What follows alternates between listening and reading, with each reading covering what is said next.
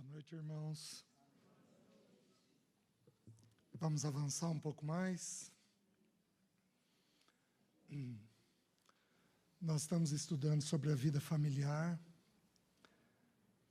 Nós ontem iniciamos as 4 perguntas que Deus faz a homens na Bíblia.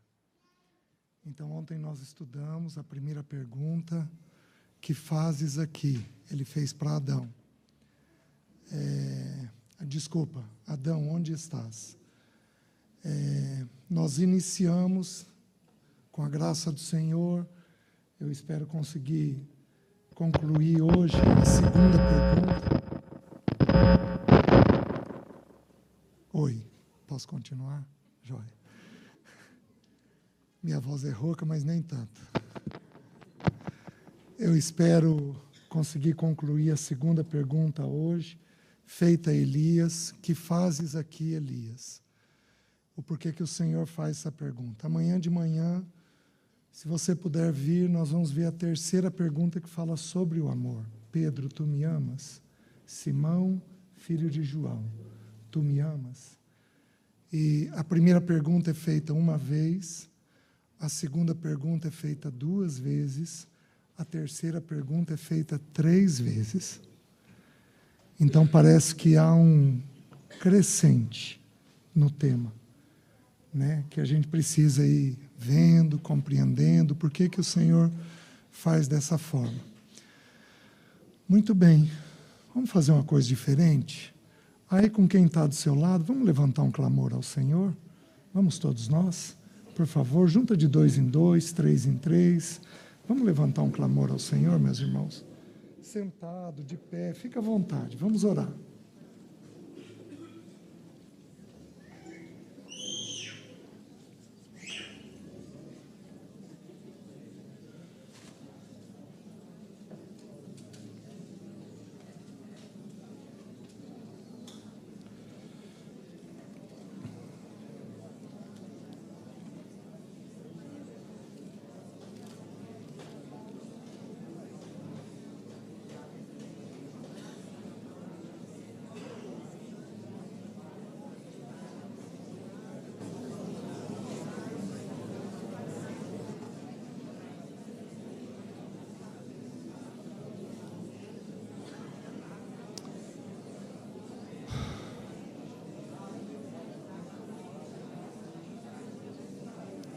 Senhor amado, sua bandeira sobre nós é o amor. Se isto não for amor,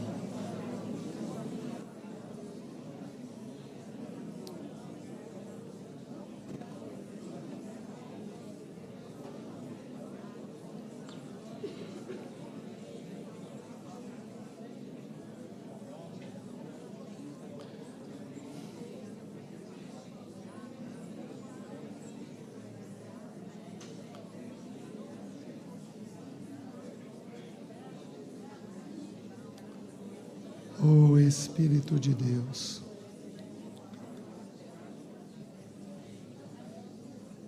Pai, nós nos consagramos ao Senhor nesse momento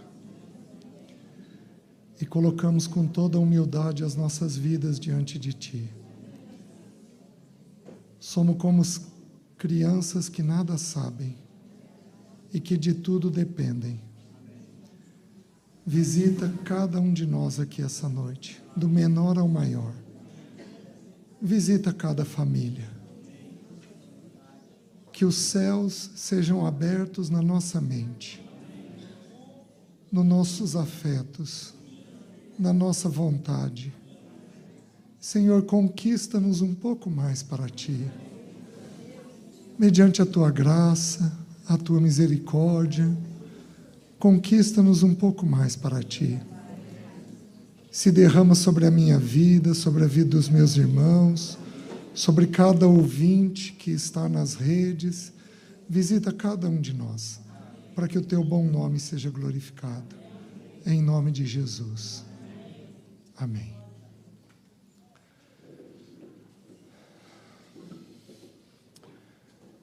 Meus queridos, A primeira pergunta é feita quando há pecado. Onde estás? Então o Senhor vem de forma muito pontual, muito limpa, muito clara, e Ele fala conosco sobre as inclinações pecaminosas que temos. Todos nós as temos. Algumas terão que ser cuidadas por toda a vida. A gente descuida e aquilo volta dentro de nós. Então, alguns de nós vamos ter que manter uma consagração em determinadas áreas de forma contínua, para nunca corrermos risco. Então, nós vimos que o Senhor precisa que a gente dê nome para os nossos pecados. Pecado tem nome. Pecado tem nome. E a gente precisa dizer quais as nossas inclinações pecaminosas e aprendermos a lidar com ela. Pois bem, vimos isso ontem. Hoje nós vamos avançar. A segunda pergunta, ela não está ligada a pecado diretamente. A segunda pergunta está ligada às crises da vida. Todos nós vamos ter algumas ao longo da vida. Quando Moisés foi falar com Faraó para tirar o povo do Egito, no capítulo 4, Deus fala com Moisés assim: Israel é meu filho, o meu primogênito. Quando, no capítulo 5, ele chega até Faraó, ele diz assim: assim diz o Senhor, deixa sair o meu povo para que me celebre uma festa no deserto. E Faraó, representando Satanás, diz assim: quem é o Senhor? Que é o que Satanás faz, desmerecendo a figura do Senhor. Só que Moisés lança a luz de uma verdade. Esta vida é um deserto com alguns oásis. Nós oferecemos festa num deserto. Alguns de nós querem viver de forma invertida. A gente quer viver uma festa com alguns poucos desertos. Essa não corresponde à vida, nem à vida natural que nós temos, muito menos à vida espiritual. Por quê? Meus queridos, como é que vivemos bem num corpo caído? Num mundo caído? Como é que você vive bem com pecado? Como é que você vive alegre, satisfeito com morte? Como é que você vive bem com sofrimento, com angústia? A angústia e as crises da vida, elas são muito claras para todos nós. O nosso Senhor, que era um homem perfeito, ele teve angústia. Ele precisou de 3. E naquele dia eles dormiram. Mostrando a solidão que muitos de nós vamos viver. Né? O apóstolo Paulo, que é talvez um outro irmão que recebeu uma visão única da parte do Senhor, no capítulo 1 de Coríntios, ele diz assim, que ele desesperou da própria vida. Ele teve pensamento de morte, porque ele desesperou da própria vida. Sabe quando você diz, meu Deus, agora acabou, agora não tem mais solução. Ele diz no final da vida dele, para que eu não tivesse tristeza sobre tristeza. Não tem jeito. Nós teremos lutas nessa vida. Deus, o Pai, seleciona o tipo de luta que cada um de nós vai ter. Alguns têm luta com dinheiro, outros têm luta com as inclinações sexuais, outros têm lutas com relacionamento afetivo, alguns têm lutas no casamento, outros têm lutas com família de origem, outros têm luta com trabalho. Não importa o tipo de luta que você vai ter. O fato é o seguinte: você vai ter crises. E essas crises precisam ser compreendidas. Alguns de nós têm ansiedade. Quem aqui pensa muito? Levanta a mão. Levanta alto. Olá. Hoje de manhã eu brinquei com os jovens. Gente, eu achei que mineiro era tranquilo. Que mineiro não tinha muita crise. Lá no Paraná, minha mãe era mineira. Lá no Paraná nós somos ensinados que mineiro é tudo tranquilo, bem resolvido. Então eu estou achando que crise de ansiedade não vai ter aqui. Pelo jeito não é assim. Quem tem tristeza? Olha lá. Quem já deprimiu? Olha lá, meus queridos. Porque isto é da carreira cristã. E quando você fala em crise, você precisa entender Elias. Por quê? Porque Elias é o homem que a Bíblia levantou para nos ensinar a respeito das crises da vida. Simples, é desse jeito que Deus estabeleceu. Então, o texto de Tiago, não precisam abrir, capítulo 5, versículo 16 e 17, ele vai dizer assim: Elias era homem semelhante a nós, sujeito aos mesmos sentimentos. E orou para que não chovesse, e por 3 anos e meio não choveu. Então, quem é o homem semelhante a nós, sujeito aos mesmos sentimentos? Elias. Essa expressão só é repetida mais uma vez nas Escrituras, em Atos capítulo 14, quando Paulo e Barnabé estão em Listra e eles curam um coxo, se não me engano, um coxo de nascença. Eles curam esse irmão pelo poder maravilhoso de Deus, porque os sinais têm que nos seguir. Os sinais têm que nos seguir. Nós não os buscamos. Nós buscamos o Senhor dos sinais. Mas nós buscamos de tal maneira que o Senhor disse assim: estes sinais seguirão aos que creem.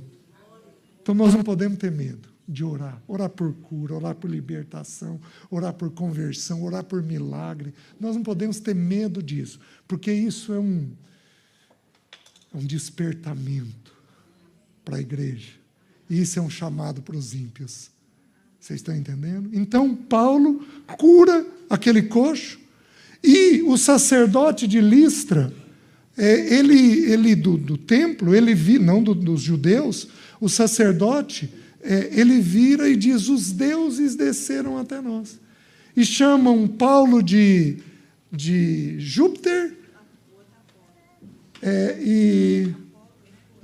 Barnabé de... Espera aí, que eu já digo. A Barnabé chamavam Júpiter e a Paulo Mercúrio, que este era o principal. Então eles dizem isso, e aí eles começam a prostrados a adorar Paulo e Barnabé, e Paulo se levanta e diz: não, meus irmãos, não façam isso, nós somos homens como vós outros, sujeito aos mesmos sentimentos. Então presta atenção. No texto de 14, nós estamos falando de idolatria. No texto de Tiago, nós estamos falando que Elias é o irmão que nós vamos imitar. E no texto de 1 Reis, que nós vamos abrir, nós estamos entendendo como a gente entra e como a gente sai. Então entendam, as crises sempre têm a finalidade de limpar o nosso coração. Sempre. De nos tornar um remanescente diante dele. Porque ele virou lá em 1 Reis e falou assim: Elias, eu reservei para mim 7.000 que não dobraram o joelho a Baal. E Paulo, depois em Romanos, se apropria disso e diz assim: há um remanescente no dia de hoje. Então, as crises que nós temos sempre têm a finalidade de limpar o nosso coração. Mas nem sempre essa limpeza está ligada a um pecado.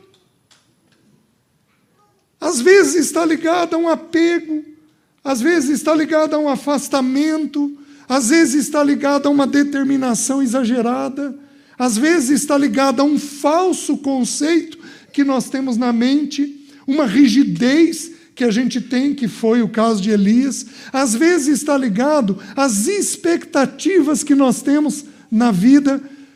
Meus irmãos, guardem isso. Expectativa da crise. Quem nesse momento está esperando alguma coisa? Levanta a mão. Então aí os sujeitos à crise. Porque a Bíblia diz assim: a esperança que não vem faz adoecer o... Se o que você estiver esperando for teu, você está destinado a passar mal. Se o que você estiver esperando vem do Senhor, você não vai passar mal. Mas se vier de você, não vai ter jeito. Então existem coisas dentro do nosso coração que não estão ligadas diretamente a atos pecaminosos. Sejam pecados de ação, sejam pecados de omissão, mas existem coisas no nosso coração que fazem impedimento ao Senhor. Medos, incertezas, inseguranças que nós temos, que é natural da vida. Nós temos. Então, existem sentimentos dentro de nós, confusos e incertos, que o Senhor precisa vir sobre nós e nos limpar disso. Então, entenda o que eu vou dizer. O Senhor, Deus Pai, vai nos trazer crises. Porque não há pai bom que não contraria o seu filho. Se o pai é bom, ele tem que treinar o seu filho nas angústias da vida. Ele tem que limpar o coração do seu filho. Então, o que Deus Pai faz? Ele arranja situações. Ele arranja situações. E nessas situações, nós vamos ser totalmente dependentes dele. E aí, nós vamos ter que nos deparar com a pergunta: que fazes aqui, Elias? Por que você está nessa situação? O que eu estou trabalhando com você? O que eu preciso resolver dentro de você através dessa situação? Então, não importa a adversidade, o problema que você viva, o fato é que nós vamos, nos problemas, termos que nos deparar 2 vezes, 2 é sinal do quê? De urgência, 2 vezes a pergunta do Senhor: meu filho, por que você está nessa situação? Por que você entrou nisso daqui? E aí, meus queridos, nós vamos ter que aprender a pensar. Deixa eu dizer uma coisa. Tudo aquilo que Jesus passou, eu e você passaremos. Tudo. Jesus passou por um batismo de arrependimento. Eu e você temos que nos arrepender. Jesus foi desprezado pelos seus. Você vai ser desprezado e rejeitado. Não tem jeito. Quem aqui nunca teve rejeição? Porque é a vida do nosso Senhor, tudo que Ele passou, nós vamos passar.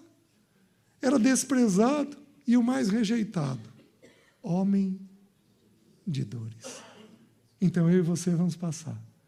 Jesus passou no Getsêmani por uma solidão. Eu e você, ao termos que tomar a cruz, nós vamos nos ver sós. Alguém aqui esse ano queixou de solidão? Levanta a mão. Olha lá. Aí deixa eu te dizer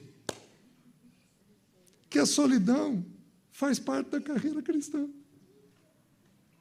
Porque algumas vezes Deus tem que nos deixar sozinhos, sem ninguém, porque é só nós e o Pai. O nosso Senhor pôs o joelho 3 vezes em oração. 3, ele foi e voltou. Ele foi e voltou. Ele foi e voltou. Porque a alma dele estava angustiada até a morte. Eu e você vamos ter situações em que a gente vai e ora. Aí volta. Aí a gente vai e ora. Aí volta. E aí a gente vai e ora. E a situação não se resolve. Até que o Senhor alcança o nosso coração. Daqui nós tiramos um princípio. O tempo de crise, quem determina é Deus, não somos nós. O tempo que você vai permanecer numa situação difícil, quem vai determinar na sua vida é o Senhor, não é você. Você está me entendendo? Alguns de nós temos crises esticadas, longas, né? Eu venho numa fase dessa. Perdi a Rossana, o Senhor a tomou para si. 2 anos depois perdi a Leci, o Senhor a tomou para si. 3 meses tomou minha sogra para si. 1 mês tomou minha mãe para si. Vai parar? E se não parar? Ele erra comigo? Nunca. Se isto não for amor.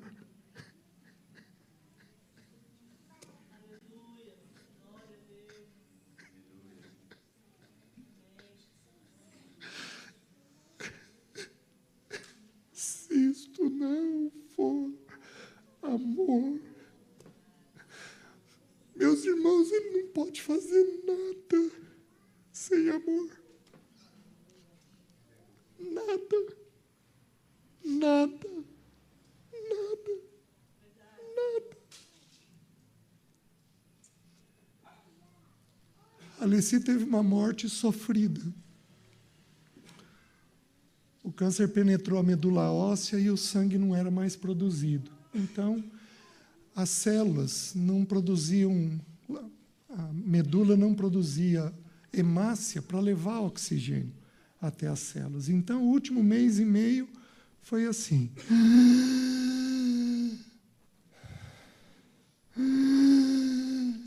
24 horas por dia. E aí nós entramos no hospital, ficamos 1 semana no hospital, de segunda a domingo. E o Senhor a chamou domingo à noite.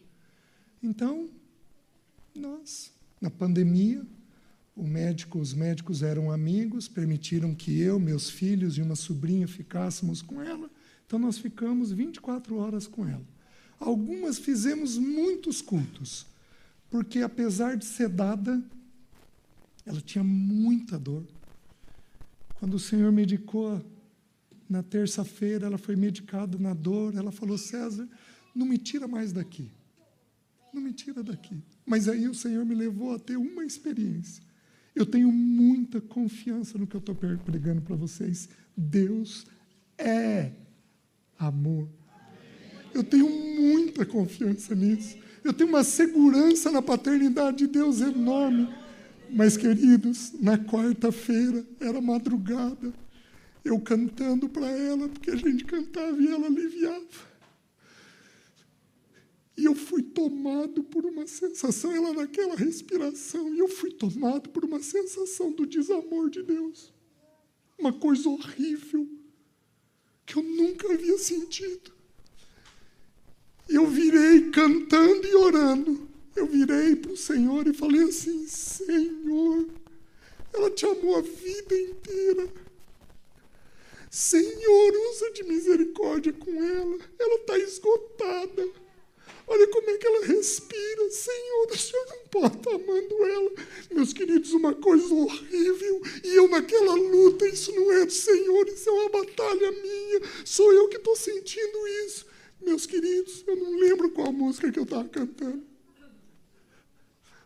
Mas eu lembro a música que veio na minha mente, que eu cantei em seguida. 3 palavrinhas só. Oh. Eu aprendi de cor. Deus é amor. Eu fui visitado pelo Senhor. Deus é amor. Não importa o tamanho da dor que você tenha, não importa o tamanho do sofrimento que você passa, não importa o tamanho da confusão interna que você esteja, não importa o tamanho do distanciamento que você está dele, Ele é amor com você.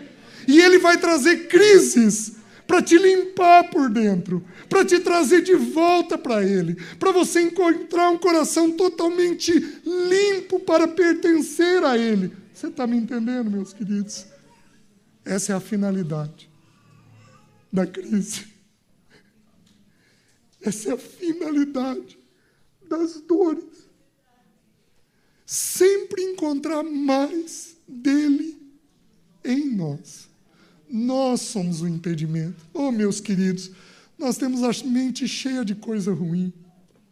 A gente pensa coisas que não são segundo ele. A gente tem um afeto todo complicado.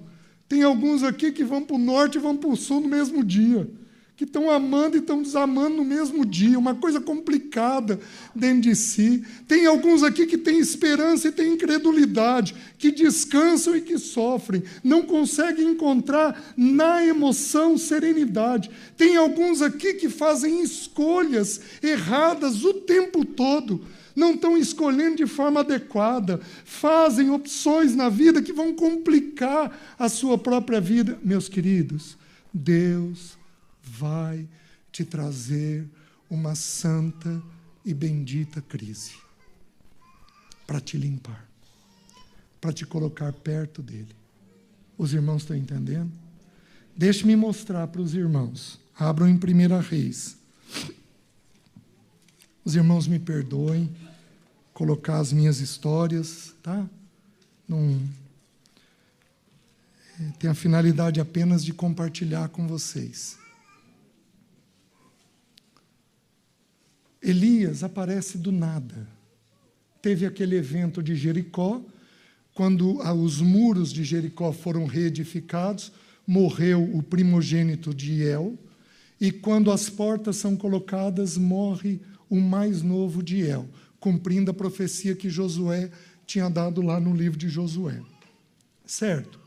Nisso, Elias aparece.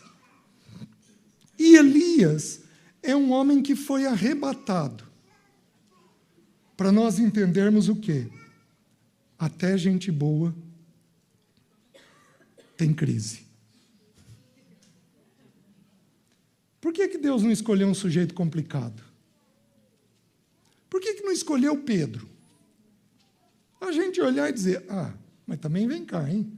Pedro tinha que ter crise. Não, o Senhor escolheu um homem que pertencia tanto a ele, tanto, que foi arrebatado. Nós só temos isso com 2 homens na Bíblia, Enoque e Elias. Uma vez eu ouvi um irmão colocar que Enoque andava com Deus, que é o que o texto bíblico diz. E aí Deus virou para ele e falou assim, Enoque, nós estamos tão longe da tua casa, mas tão perto da minha, vamos ficar aqui na minha mesmo?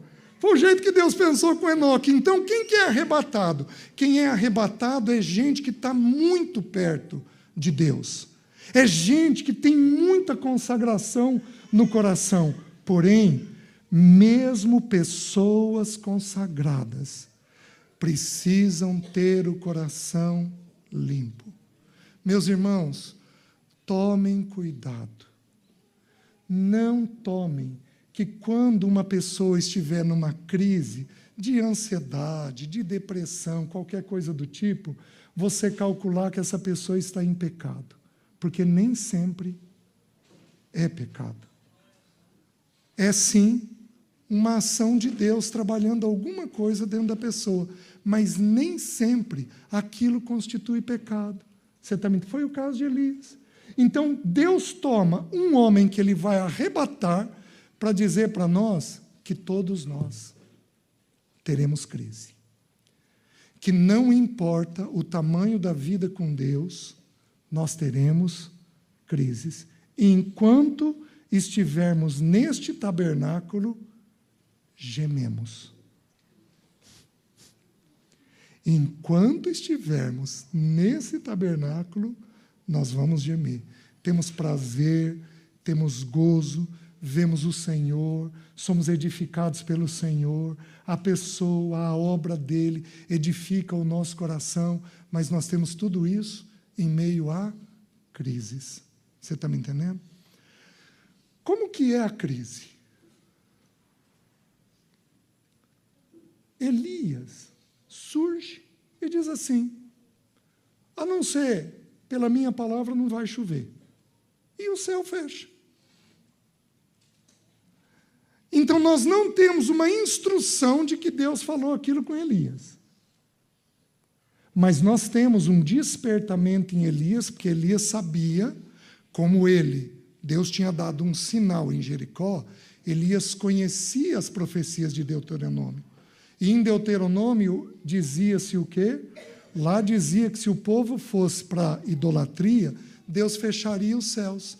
Então Elias, por conhecer as Escrituras, ele vai e se posiciona. Mas, meus queridos, ele não tinha noção de onde ele estava entrando. Porque uma região inteira fica sem água. Animais morrem. Pessoas passam necessidade. Pessoas têm profundo desespero. Meus queridos, quando não tem água, você desespera. Você entra em crise, porque a água é essencial para a vida. E os céus fecharam.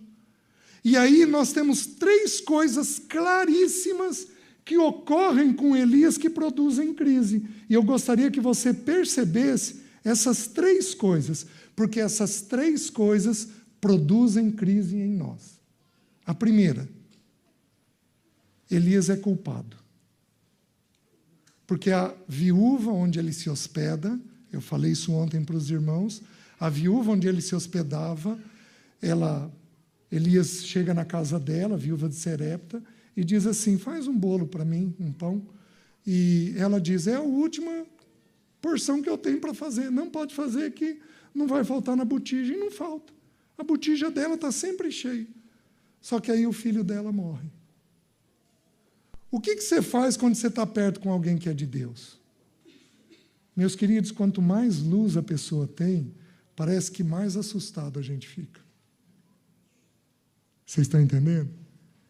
Jesus, ele falava que o mundo o odiava, porque ele denunciava que as suas obras eram más. Jesus, de chegar, os pecados eram denunciados. Você está me entendendo? Então a luz do Senhor incomodava. Então aquele homem de Deus é acusado. O filho da viúva morre e ela vira e diz assim: vieste aqui para trazer à memória o meu pecado. Como é que eu sei que isso pesou em Elias? Porque quando Elias toma um menino, sobe no quarto, põe ele na cama, e ele vai orar pelo menino, ele diz assim: Senhor, até a esta viúva mataste o filho. O que ele está dizendo?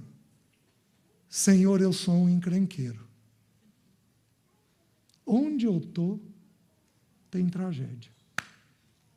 Onde eu estou, tem problema. Senhor do céu, o que eu faço com isso? Olha do que ela está me acusando, de ter matado o filho dela.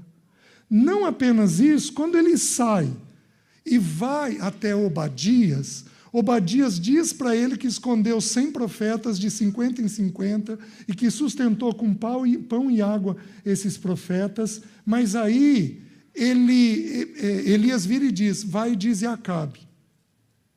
E Obadias, por 3 vezes, diz assim: não, você quer que eu morra? Se eu chegar a Acabe sem você, ele vai me matar. De novo, Acabe está dizendo o quê? Olha o tamanho da tragédia que você está trazendo para a minha vida. Olha o tamanho do nó que você está trazendo para a minha vida. Meninas, irmãs, teu marido te culpa? Não levantem a mão. Teu marido te culpa? Porque é comum de homem culpar quem? A mulher.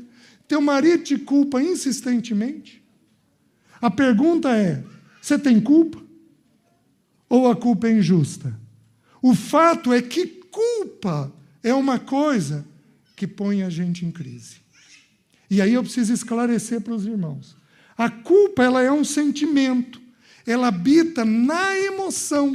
Lembra que a nossa psique é o pensamento, a emoção e a vontade. A culpa é um sentimento que habita na emoção. Ela está aqui dentro. Porém, a Bíblia diz em Apocalipse que o diabo é o acusador dos irmãos diante da face de Deus. Meus queridos, Deus, quando trata alguém, Ele não põe culpa. Deus, quando trata alguém, põe tristeza. Porque a tristeza, segundo Deus, nos conduz ao arrependimento que a ninguém traz pesar. Mas a tristeza, segundo o mundo, produz morte. Qual é a tristeza segundo o mundo? Uma delas, a culpa. É uma obra maligna. Presta atenção. Quando Deus vai corrigir alguém, estou te ensinando, estou te dando pistas para você discernir a voz de Deus. Quando Deus vai falar com alguém, Ele vira para esse alguém e diz assim: ô Arthur, vem cá, deixa eu aproveitar você. Vem aqui um pouquinho. Eu vou fazer o papel de Deus e o Arthur é o Arthur. O papel de Deus é do diabo, se é que é possível fazer os dois. Quando Deus vai trazer uma culpa, Deus vira e diz assim: Arthur, tal coisa está errada, tal coisa tem que ser corrigida. Onde eu pus a ênfase? No erro. Porque Deus ama o Arthur, mas detesta o erro do Arthur. O Senhor não concorda com o pecado. Porém, quando Satanás vai falar, ele diz assim: ei, Arthur, de novo, hein? Sei não. Acho que não vai ter jeito. Você viu o que você fez? Satanás se concentra na pessoa e não no erro. Porque Satanás ama o erro, mas ele detesta a pessoa. Obrigado, irmão. Os irmãos estão entendendo? Então você precisa saber lidar com a culpa. Meus irmãos, quantos de nós aqui deprimem, entristecem por não lidarem bem com a culpa? Quantos de nós aqui sofrem com amarguras, com falta de perdão, porque não conseguem admitir seus erros, perdoar seus próprios erros, perdoar o erro de alguém? Quantos de nós aqui lidamos mal com esse tema? Então você precisa. Quantos de nós aqui somos acusadores? Você já acusou alguém esse ano? Levanta a mão. Quem faz esse papel? O diabo. O diabo fez com você o que fez com Pedro. Tomou ele e usou. E o Senhor diz: arreda-te, Satanás. Então a primeira coisa que vai produzir crise em pessoas é culpa. Fez sentido? Porém, vamos um pouquinho mais. Quando ele encontra com Acabe, Acabe diz assim para ele: lá vem o perturbador de Israel. O que ele era? Um sujeito que perturbava. Porque pela palavra dele não chovia. Então, ele estragou o reino de Israel. Não foi a idolatria de Acabe e de Jezabel.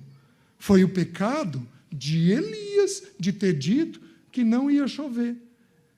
Certo? Segundo ponto.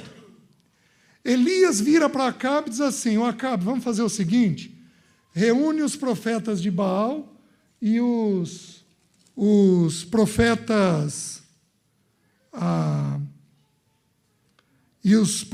do poste ídolo. 450 profetas de Baal e 400 profetas do poste ídolo. 850 pessoas. Gente, é 3 vezes o que tem aqui. 850 pessoas. Reúne eles. E vamos fazer o seguinte: se Baal é Deus, serve a Baal. Porém, se o Senhor é Deus, serve ao Senhor. O que ocorre com Elias? Ele cria uma expectativa de que o povo vai tornar ao Senhor. E como eu falei agora há pouco, a esperança que não vem faz adoecer o... Quando você espera o que Deus não intenta dar, meu querido, você vai sofrer. Faça uma distinção de esperança e expectativa. Porque a esperança é algo bíblico. Agora, pois, permanecem a fé, a esperança e o amor. Desses três, porém, o maior é o amor. A esperança é algo bíblico. O Espírito Santo derrama a esperança e o amor nos nossos corações. Então, nós precisamos de esperança. Porém, faça uma distinção. A esperança é colocada na pessoa do Senhor. Deus, eu creio que o Senhor vai salvar meu marido, minha esposa. Deus, eu creio pelo teu poder que o Senhor vai chamar meu filho de volta. Deus, eu creio naquilo que o Senhor faz. E eu creio que o Senhor tem arranjos que eu não estou vendo, mas que no teu tempo o milagre vai acontecer. A esperança é colocada na pessoa do Senhor. Porém, preste atenção. A expectativa dita tempo e forma. Senhor, eu estou crendo que minha esposa, meu esposo, vai lá na reunião do César e ele vai sair convertido. E aí não acontece. Senhor, eu estou crendo que o Senhor vai me trazer o dinheiro esse mês e aí não acontece. Senhor, eu estou crendo que aquele emprego o Senhor vai me trazer e aí não acontece. Quando você dita tempo e forma, você tem uma chance de estar com expectativa e não esperança. Decorem Eclesiastes capítulo 5, versículo 8 e 9. Lá diz assim: o sábio sabe discernir o tempo e o modo, porque para todo propósito debaixo do céu há tempo e modo. Então nós precisamos no Senhor discernir as coisas. Meus irmãos, é uma experiência minha com a paternidade de Deus, não quer dizer que precisa ser a sua, é a minha. Eu nunca consegui pedir dinheiro para Deus.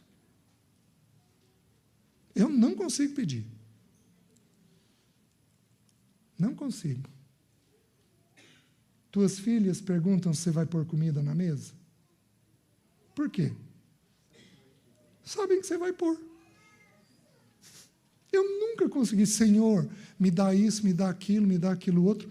Não considero errado pedir. Mas eu não consigo. Por quê? Porque eu tenho tanta segurança na paternidade que se vem, amém. Se não veio, amém. Senhor, o Senhor é o Deus da provisão. É o Pai que me supre. É o Pai que cuida de mim. Então eu tenho segurança em Ti. Eu não crio expectativa de como as coisas vão acontecer. Meus queridos, eu desesperei lá atrás por não ter um apartamento. Porque eu achava que se eu tivesse um apartamento, a Alessia e as crianças estariam seguras. Até que o Senhor me visitou numa esquina. Eu naquela luta, Senhor, Senhor, Senhor, e o Senhor me visitou. Ele me visitou e disse assim: César, eu sou teu pai? Senhor, o Senhor é meu pai. César, enquanto eu quiser que você pague aluguel, eu vou dar dinheiro. E o dia que eu quiser que você compre, eu vou dar dinheiro. Acabou a preocupação. Nunca mais tive preocupação. 2 anos depois, ele virou para mim e falou assim: eu quero que você suspenda as ofertas temporariamente. Eu ofertava para vários irmãos. Eu quero que você suspenda. E eu quero que você guarde esse dinheiro. Falei com a Alessia, porque eu achei aquilo muito estranho. E nós poupamos um dinheiro que eu nunca tinha poupado na vida. Nunca tinha poupado. E foi o dinheiro que nós guardamos para comprar um apartamento. Ele vem e ele fala. Não crie tempo e forma. Porque se você criar tempo e forma, você tem uma chance enorme de se frustrar. De novo, a palavra aqui é para os homens. Mas meninas, Minhas queridas irmãs, se tem alguém que tem expectativa, são vocês. Se tem alguém frustrada, são vocês. Você está entendendo? Mas César, eu estou orando, eu estou pedindo, irmã, graças a Deus, que bom que você está orando, que você está pedindo, faça isso mesmo. Mas vamos regular aqui um pouquinho? Você está ditando tempo, você está ditando forma. Ai, César, mas eu fui ensinado que é para eu pedir com detalhes. Assim, qual o texto bíblico? Você fazer a lista. Não é errado, mas Deus tem que depositar isso em você. Você estuda as orações na Bíblia do Senhor Jesus e do apóstolo Paulo, em especial, você vê que são orações amplas, não específicas. Orações para que o coração seja conquistado. Você precisa considerar se você não está desenvolvendo expectativa. Porque se você estiver desenvolvendo, você vai ter crise. De repente, você acorda ansiosa, taquicárdica, doente. De repente, você acorda deprimida, sem força de sair da cama. Quais as duas coisas que promovem isso? A primeira é culpa. A segunda é expectativa. O que acontece? Elias, faça um altar, e eu vou fazer um altar. Fizeram um altar de madeira, orem a Baal, e eu vou orar a Jeová, ao Senhor, para que ele visite. E o povo passou o dia, pá, pá, pá, e eles se cortavam, os profetas, Baal nos responde, e o fogo do céu não desceu. Só que Elias zombava deles. Quem aqui é zombador? Levanta a mão. Preste atenção no que eu vou dizer. Zombaria, às vezes, pode ser a antessala da crise. Porque é um sinal de que você não está ficando bem. Tem alguns que têm uma mente ágil e zombam. Não é a crise. Mas a zombaria é um sinal de que a pessoa não está bem. Aqueles que levantaram a mão, eu vou querer, não precisam abrir, eu vou querer que vocês decorem Provérbios 24, 21. Desculpem, 21, 24. É o inverso. Tá? Diz assim: quanto ao soberbo e presumido, essa pessoa é o quê? Soberba e presumida. Aí diz assim: zombador é o seu nome. Como se não bastasse, não para por aí, diz assim: procede com indignação e arrogância. A Bíblia conseguiu pegar um problema e produzir 5. O sujeito é soberbo, é presumido, é zombador, é arrogante e é indignado. Vocês estão me entendendo? Elias começou a zombar. Começou a zombar. E quando você está assim, uma mente... Gente, os zombadores aqui costumam ter mente ágil. Na hora da zombaria, o cérebro habita na língua. Vocês estão rindo porque é assim, não é? Quando a mente não para, ela está acelerada, você começa a ter esse perfil. O que havia com Elias? 3 anos e meio. E aí começou a aparecer os sinais de que ele não estava ficando bem. A zombaria foi um sinal. Meus queridos, eu brincava com a Leci assim: Leci, estou aprendendo a morder a língua. Depois eu falei: Leci, já aprendi, mas descobri que não é o suficiente. Agora eu tenho que morder o cérebro. Porque eu não posso nem pensar, porque está errado eu ficar pensando. Meus queridos, se eu cansar, minha mente acelera. e esse perfil da brincadeira e da zombaria volta. Vocês estão entendendo? Por quê? Porque eu cansei. Se eu cansar por 3 anos e meio, eu vou ter uma crise, que é o que houve com Elias. Então ele vai zombando das pessoas, e aí ele diz assim: Baal não falou? Não caiu fogo do céu? Sem problema, então agora tragam água. E trouxeram água. Ele fez um rego ao redor do altar, joguem água na madeira, colocou os bois, joguem água no leito. Joguem água, joguem água, joguem água, joguem água, até que o rego ficou cheio de água. Você imagina, estava faltando água. Joga água. Aquilo era um sinal da palavra, porque água nas Escrituras é um sinal ou da palavra ou do derramamento do Espírito Santo de Deus. Porque Jesus falou que quando o Espírito fosse derramado, ele viria como muitas águas dentro de nós, a jorrar para a vida eterna. Então havia esse símbolo ali, um homem cheio de Deus, porém, um homem com crise, apesar de ser cheio de Deus. E aí ele põe o joelho no chão e ora. E aí cai fogo do céu. Queima o holocausto, queima a lenha, lambe a água, e aí o Senhor é Deus. Ele pega os 850 homens e mata eles.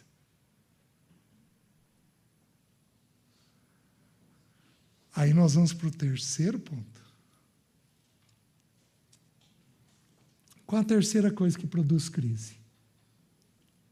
Limites. Presta atenção no que eu vou te falar. Se você exagerar,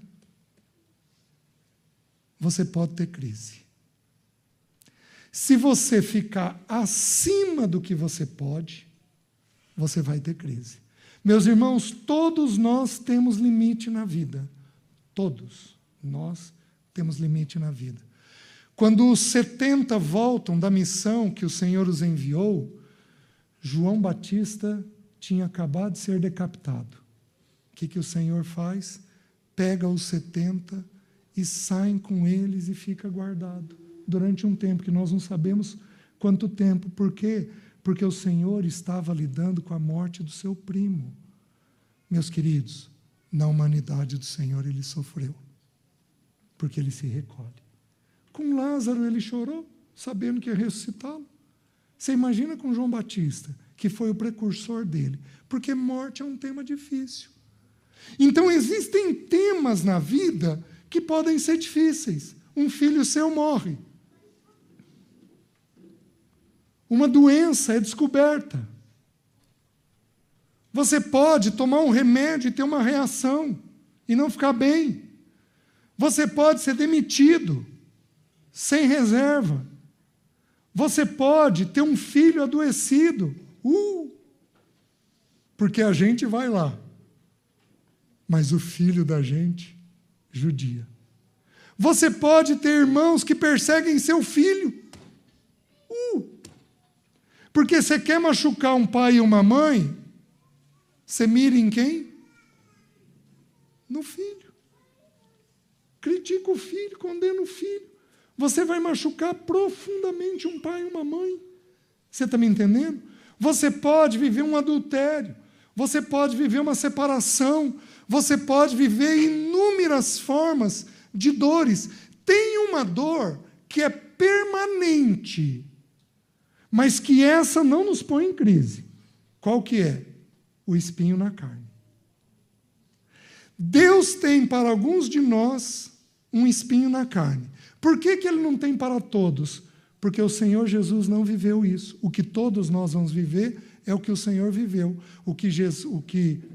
Quem viveu o espinho na carne foi o apóstolo Paulo. Então aquilo é um sinal de que alguns de nós precisarão de um espinho na carne. Eu tenho um espinho na carne. Meus filhos conhecem bem, a Alessi conhecia, e eu vou morrer com esse espinho na carne. Muito possivelmente, o Senhor não vai tirar. E na bondade dele, por que ele traz? Foi-me posto um espinho na carne, mensageiro de Satanás, para me esbofetear, a fim de que não me... É para me manter bem baixinho, mas bem quebrantado. Então, quando você tem um espinho na carne, este espinho na carne tem a expressa finalidade de te manter abaixado. Porém, meus queridos, tem sofrimentos que vão exceder a nossa força. Tem sofrimentos que a gente pode permanecer nele. Deus não permanece, não quer. Toda dor que Deus trouxer, Ele vai te dar força para suportar. Mas preste atenção, as dores que você entrar, quem entrou foi você. E o Senhor vai te tirar dela. O Senhor tem o controle, tem a permissão, mas, meus queridos, tem coisa que é o limite da gente. Quais os erros que nós temos? Quem aqui trabalha muito? Levanta a mão. Levanta alto, por favor. Certo. Quem nos últimos 5 anos teve crise de ansiedade? Levanta a mão. Quem nos últimos 5 anos teve crise de depressão? Levanta a mão. Tem alguns que não abaixam a mão. Não olhei para ninguém, ó, falei olhando assim.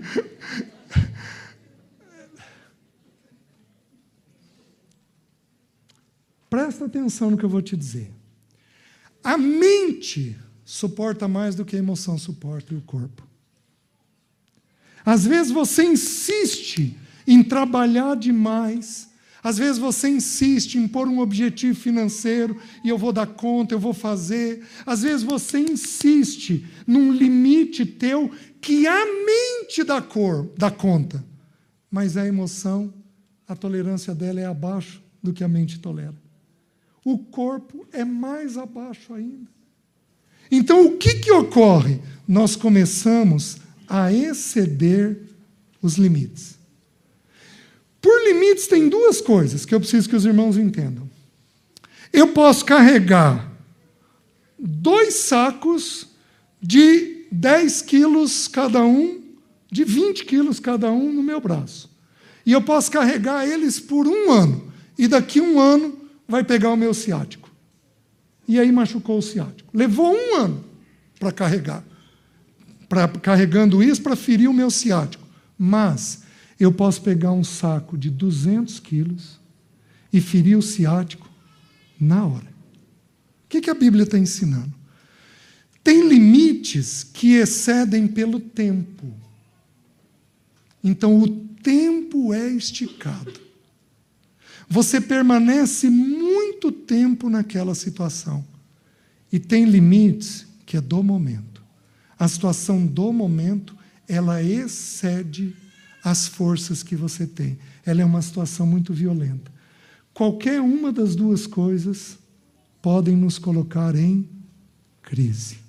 Como é que eu sei que Elias vive isso? Elias está há 3 anos e meio nessa situação. Essa situação vai encerrar agora. Mas ele está há 3 anos e meio nessa situação. E ali, na situação, ele resolve fazer uma coisa. Ele vira para o servo dele e diz: vai ver se está vindo chuva. O servo vai, 7 vezes. Vejo uma nuvem como a palma da mão de um homem. Ele vira para Acabe e diz assim: aparelha a carruagem, porque o Senhor está mandando grande chuva. Certo? Só que Elias corre na frente da carruagem 25 quilômetros. Você vai falar assim: ele foi tomado pelo Espírito de Deus para correr isso mais rápido que uma carruagem. Ele era um homem cheio de Deus, é possível.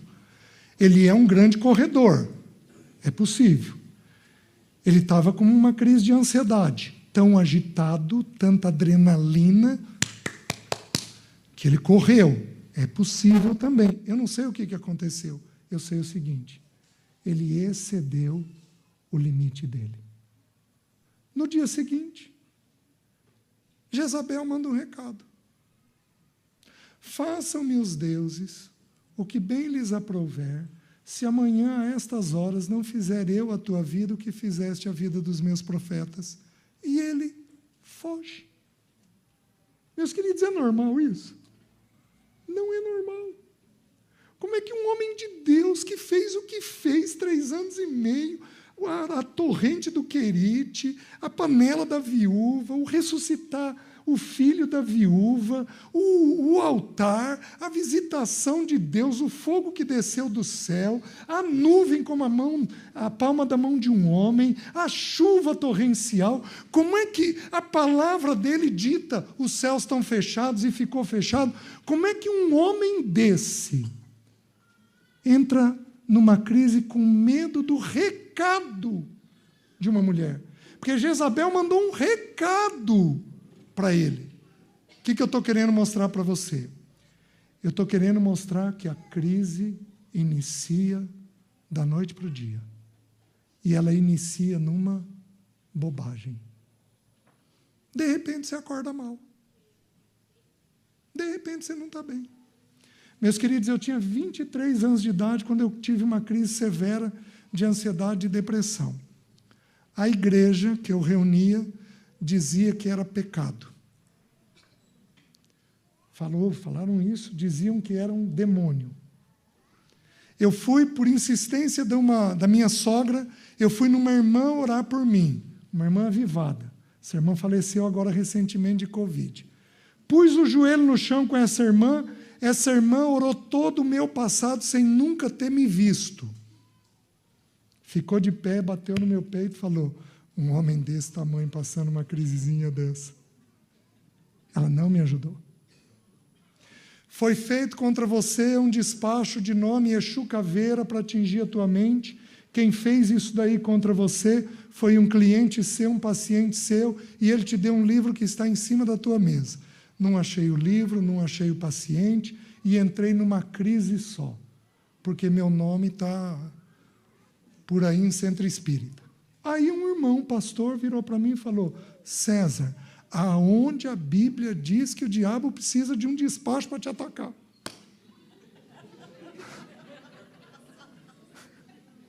Está liberto? Agora? Se você tinha esse medo, é para estar liberto. Aonde a Bíblia diz que o diabo precisa de um despacho para te atacar? César, ele está do seu lado, porque ele está ao nosso procurando alguém para devorar. O que ele quer é achar um motivo para te devorar. Do mesmo jeito que entrei na crise, do que ela falou, saí da crise, porque entendi que aquilo era uma mentira, que estava vindo para me aprisionar, de uma irmã com um talento, com um dom de revelação único, mas que não ajudou. Meus queridos, eu tinha 11 cargos na igreja, entre igreja local, distrital e nacional. Um dia acordei com a certeza que eu ia ser enterrado vivo.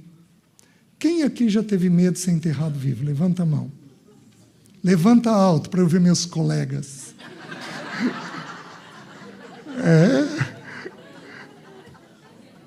Gente, acordei. Vou ser enterrado vivo, vou ser enterrado vivo. Deus, por favor, Deus, tira isso da minha mente. Deus, Senhor, tira isso da minha mente. Vou ser enterrado vivo, vou ser enterrado vivo, vou ser enterrado vivo.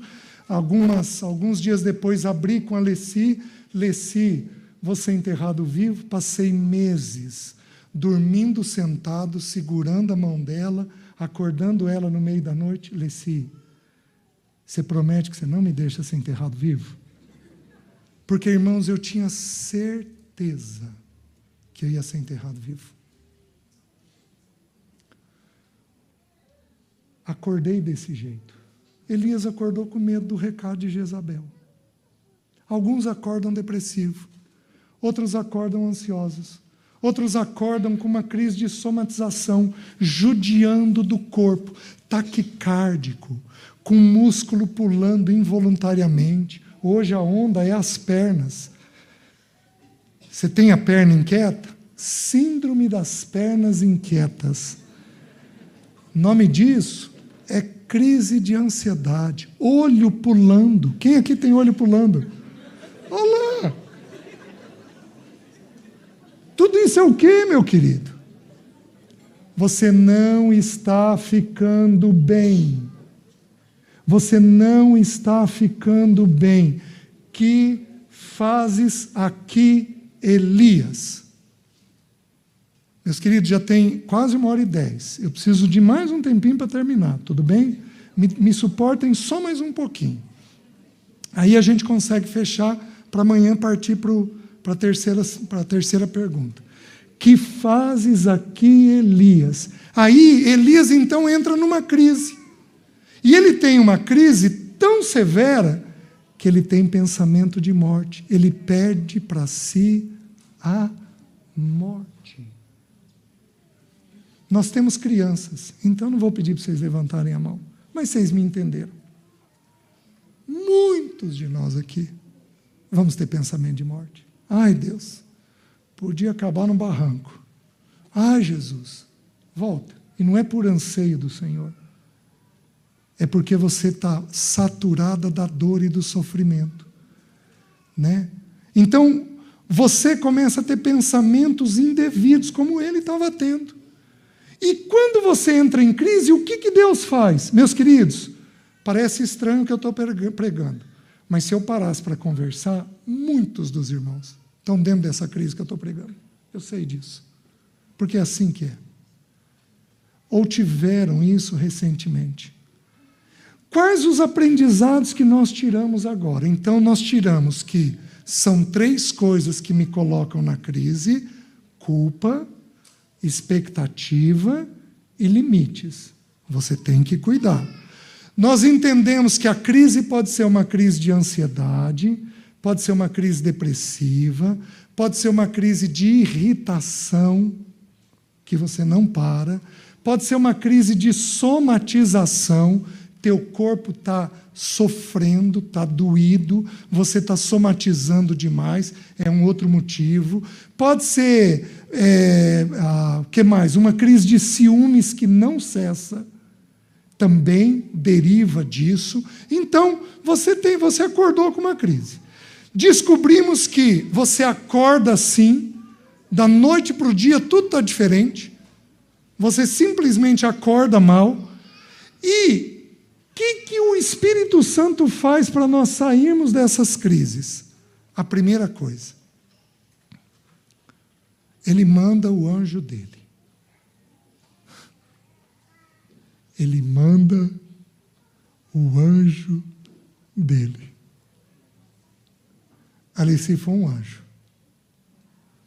A pessoa que me discipulava onde eu trabalhava era uma mulher, a Cidinha. Ela foi um outro anjo. O Paulo Bornelli foi um outro anjo que Deus mandou. Deus manda os anjos, porque o Senhor enviou os anjos para cuidar dele. O anjo vira para ele e diz assim: Elias, come e bebe. E Elias estava dormindo, e o anjo não queixou disso. Então, com a primeira providência, Deus manda o anjo. Com a segunda providência, o teu corpo tem que ser recuperado. Onde que está o equívoco dos líderes? A gente quer resolver tudo espiritualmente. E a gente esquece que nós somos um ser integral. Um espírito, uma alma e um corpo. Então o anjo prioriza naquele momento o corpo físico de Elias. Come, bebe e dorme. Come, bebe e dorme. Entrou em crise, você precisa puxar o freio de mão. Você está me entendendo? Porque essa crise é um sinal ou de culpa, ou de expectativa, ou de limites. E se você está em crise, o corpo precisa ser recuperado. Por que o corpo tem que ser recuperado, meus queridos? Simples. Porque o corpo é a antena que a gente joga informação para a alma. É pelo corpo, os 5 sentidos, visão, audição, tato, paladar e olfato. É pelos 5 sentidos que nós informamos as coisas da alma. Você está conseguindo entender? Então, o que o Espírito Santo faz com a gente? Recupera o corpo. Aí o anjo vira e diz assim: Elias, come, bebe e dorme, porque o caminho te será sobremodo longo. A crise, ela parece ser o que para nós? Longa. Gente, só entende quem tem. A crise é um túnel em U. E esse U não para nunca, a impressão que você tem. Eu tive uma irmã que eu acompanhei, que eu dizia assim, uma esposa de um pastor, eu dizia para ela, eu já tinha tido a minha crise, eu estava dominando um pouco mais o assunto, eu dizia assim, minha irmã, vai passar. E aí, na penúltima conversa que eu tive com ela, ela virou para mim e falou assim, César, eu preciso te confessar uma coisa e te pedir perdão. Eu falei, uai, o que foi, irmã? O que você fez que você precisa pedir perdão? César, quando você dizia que ia passar, eu tinha vontade de socar você. Porque a impressão que eu estava tendo é que você não estava me entendendo. Agora eu preciso te dizer que você tinha razão. Passou. Do mesmo jeito que entra, sai. Só que se você não responder que fazes aqui, ela volta. Por isso que alguns de nós têm crise desde a adolescência. Passa uma porção de meses, tem a mesma crise. Aí sai.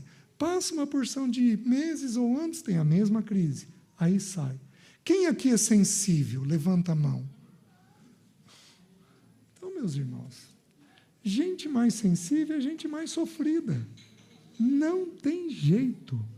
É mais difícil. Então, Elias recebe uma promessa.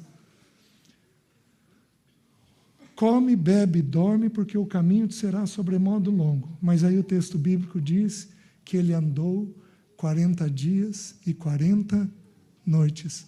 40 é o que na Bíblia? Um ciclo. Qual é a boa notícia das crises? Tem data para começar? Mas louvado seja o nome do Senhor. Tem data para encerrar. Amém? O Senhor, Pai, poderoso, amoroso, gentil, dócil, Ele tem compaixão de nós. E Ele não nos deixa em sofrimento definitivo. O único sofrimento definitivo que podemos ter, que não altera, é o espinho. E Ele é bom porque Ele não deixa a gente cair em soberba. Então a gente suporta Ele. Mas todos os outros sofrimentos, o Espírito Santo de Deus faz uma promessa para nós, queridos. Querido, eu vou começar. Mas presta atenção. Eu vou resolver. Eu tenho um texto que o Senhor depositou no meu coração nos primeiros meses da morte da Leci. Esse texto é o texto de Oséias. E eu já meditei, mas eu não consigo avançar. O texto diz assim: Ele faz a ferida. E Ele mesmo a cura. Daqui a pouco eu vou conseguir partilhar isso. Mas eu ainda não consigo estar pronto totalmente para Ele nisso. De que Ele faz a ferida. Ele vai te ferir. Mas Ele, como um Pai gentil e amoroso, Ele mesmo promete que Ele vai te curar. Então você precisa entender as crises que você passa dessa perspectiva da paternidade amorosa, gentil e cuidadosa de Deus. Você está me entendendo? E aí ele fica 40 dias e 40 noites. E aí ele entra numa caverna, lá no Monte Horebe, que é o mesmo nome para o Monte Sinai. Ele entra lá nessa caverna. E aí nós tiramos mais um aprendizado. O Monte Sinai é o monte onde há lei foi dada. Então preste atenção no que eu vou dizer. Alguns de nós aqui somos rígidos. Somos duros. com a gente e com os outros. Essa rigidez nos esgota. Quem aqui é perfeccionista? Quem aqui é rígido? Que é mais ou menos a mesma coisa.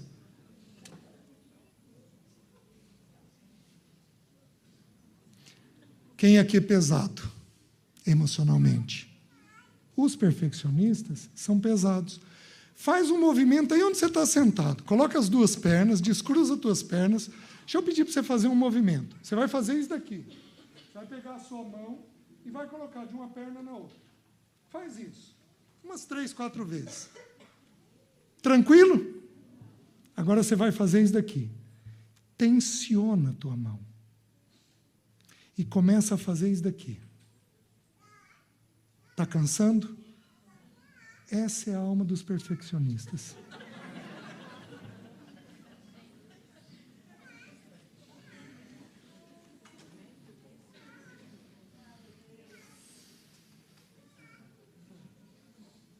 Faz sentido, né, irmãos? Essa é a alma dos perfeccionistas. E a crise vira uma caverna. O que você faz numa caverna? Nada. Você consegue sair dela? Não. Então o Senhor vira, versículo 9, 19, 9 de 1 Reis, o Senhor vira. Ali entrou numa caverna, onde passou a noite. A crise é o quê? Uma noite. E o sol não brilha nunca. Mas louvado seja o nome do nosso Senhor. O nosso Senhor tem o nome de a brilhante. Oh, louvado seja o nome dele. Mas na crise é uma noite. Aí o texto diz assim: ali entrou numa caverna onde passou a noite, e eis que lhe veio a palavra do Senhor e lhe disse: que fazes aqui, Elias? Depois no versículo de 13, eis que lhe veio uma voz e lhe disse: que fazes aqui, Elias? Queridos, 2 é sinal de urgência. Então, crise, presta atenção no que eu vou dizer.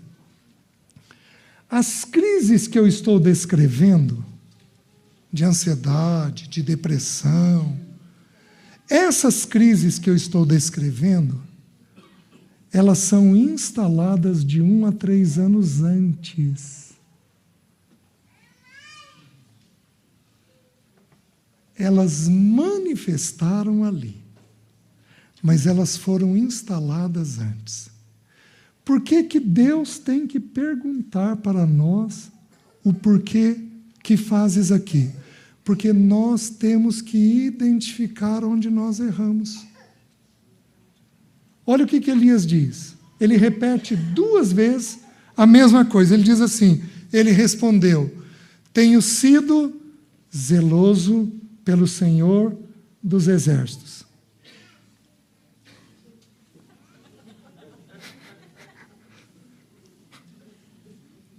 Gente, alguns de nós aqui somos zelosos, mas somos zelosos sem a graça. Então a gente é tenso, a gente é pesado, a gente fala quando deveria calar. Vocês estão entendendo? A gente fica pesado para corrigir as coisas, desesperado para corrigir as coisas. Tenho sido zeloso pelo Senhor, Deus dos exércitos, porque os filhos de Israel deixaram a tua aliança, é uma verdade, derribaram os teus altares, é uma verdade, e mataram os teus profetas à espada, é uma verdade parcial. Porque qual é a verdade? Tinha 100 que Obadias tinha dito para ele. Então presta atenção. Na crise, nós acreditamos em coisas que são mentirosas. Você tem pensamentos que não correspondem à verdade. Fulano não gosta de mim. E aí você vai entrando em crise. Fulano não me cumprimenta. A igreja não me assiste. E aí você vai entrando em crise. E você vai. Não sou pastoreado. Meus queridos, presta atenção no que eu vou te dizer. Pastor, só um recebe o título. E não é o Cleiton. Quem recebe o título de pastor? O bom pastor, o grande pastor, o supremo pastor. Ele é o nosso pastor. Nunca nos falta. Porque ele é um grande pastor. Vocês estão entendendo? Sempre nós vamos ter o socorro necessário da parte dele. Então Elias, ele acredita numa mentira. Então uma coisa que vai colocando a gente, que a gente criou culpa, expectativa e limites, é porque nós estamos acreditando em mentiras. Não, eu posso, eu dou conta, eu faço, eu consigo, eu posso tudo. E aí Deus tem que vir trazer uma crise para te mostrar que você não pode tudo, você não consegue tudo, que você tem que voltar ao Senhor, tornar Ele. E aí o Senhor faz uma segunda pergunta para ele: que fazes aqui, Elias? E ele responde a mesma coisa. Por quê? Porque quando nós estamos em crise, o pensamento é recorrente. Ele vai e volta. Ele vai e volta. Ele vai e volta. Quem aqui tem pensamentos repetidos na mente? Levanta a mão. Então, meus irmãos.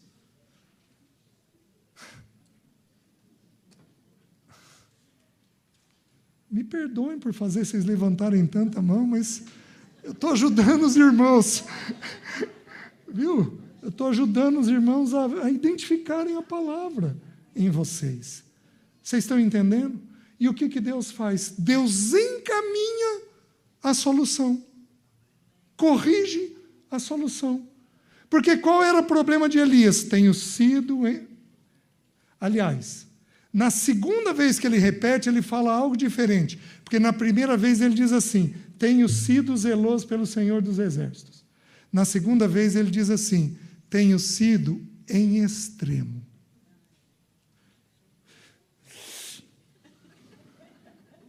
Mais ainda. Se o Senhor permitir, amanhã à noite nós vamos falar de graça. A lei foi dada por intermédio de Moisés, mas a graça e a verdade vieram por meio de Cristo. Os irmãos estão entendendo? Então, ali no avanço, ele admite totalmente a sua luta. E aí, o Senhor encaminha a situação. Queridos, por que Deus não encaminha a situação antes? Deus vira para Elias e diz assim, disse-lhe o Senhor: vai e volta o teu caminho para o deserto de Damasco, em lá chegando unge a Azael, rei da Síria. A Iel, a Jeú, filho de Nínice, ungirás rei sobre Israel, e a Eliseu ungirás profeta depois de ti. Então Deus encaminha. Qual era o problema dele? Senhor, eu quero que teu povo volte. Senhor, eu quero que teu povo volte. Senhor, eu quero que teu povo volte. Por que Deus não encaminhou isso 3 anos e meio antes? Porque Deus queria limpar o coração de Elias. Meus queridos, Deus ganha o coração. Aí ele resolve da noite para o dia o problema.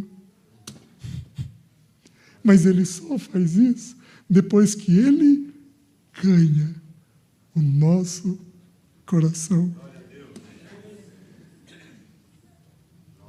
Eu quero responder. Que fazes aqui, César? Eu quero. Senhor, o que o Senhor está fazendo? O que o Senhor está limpando? O que o Senhor está consagrando em mim? O que o Senhor quer tirar de mim? Qual é o problema que existe dentro de mim? Você está entendendo? Então Deus encaminha a solução de Elias. Do mesmo jeito que começou, encerrou. A minha pergunta é: o que você vai fazer com as suas dores? Quem neste momento está em dores? Quem neste ano teve dores? E daí? Você respondeu o que fazes aqui? Você está entendendo? Então, o alvo do Senhor é que você diga para Ele: Senhor, é isto e é isto que eu tenho dentro do meu coração. Senhor, eu fui soberbo, eu fui arrogante, eu fui excessivo. O Senhor precisou ouvir de mim. Senhor, eu trabalhei demais, trabalhei inclusive na igreja. Eu amei a igreja mais do que amei o Senhor. Isso não pode. Quando eu tive a crise lá atrás, Senhor, isso não pode. Eu fui excessivo, eu tive pecados escondidos. Na minha crise tinha também um outro pecado que o Senhor me limpou. Mas, basicamente, foi problema de limite, culpa e expectativa que eu tive. Você está me entendendo? Você precisa confessar isto ao Senhor.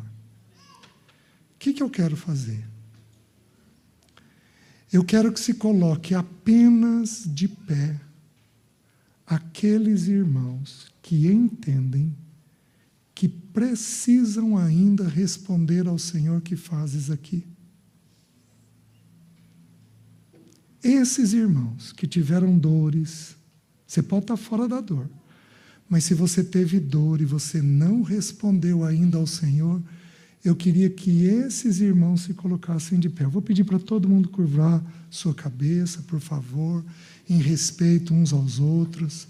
E eu vou pedir para aqueles que têm dores, que precisam responder: que fazes aqui? Eu vou pedir para esses irmãos levantarem, em nome de Jesus. Não, para os homens e as irmãs. Vou pedir para... Amém, amém, amém, amém, amém. Louvado, amém, amém, amém. Louvado seja o nome do Senhor. Amém, amém, amém, meus irmãos. Amém. Louvado seja o nome do Senhor. Curva a sua cabeça. Senhor, mediante o poder do Teu Espírito, visita cada irmão que teve crise. E pelo Teu Espírito revela o porquê disso. Dá-nos a graça de respondermos: que fazes aqui? Dá-nos a graça para que nós sejamos visitados pelo Teu Espírito e tenhamos as dores nossas encaminhadas. Senhor, visita cada irmão e cada irmã aqui essa noite, produzindo na vida deles aquilo que é necessário. Vem mediante o Teu Espírito, conquista o coração de cada um de nós, para que nós pertençamos a Ti. Faz isso, em nome de Jesus. Amém. Amém, meus irmãos. Deus abençoe.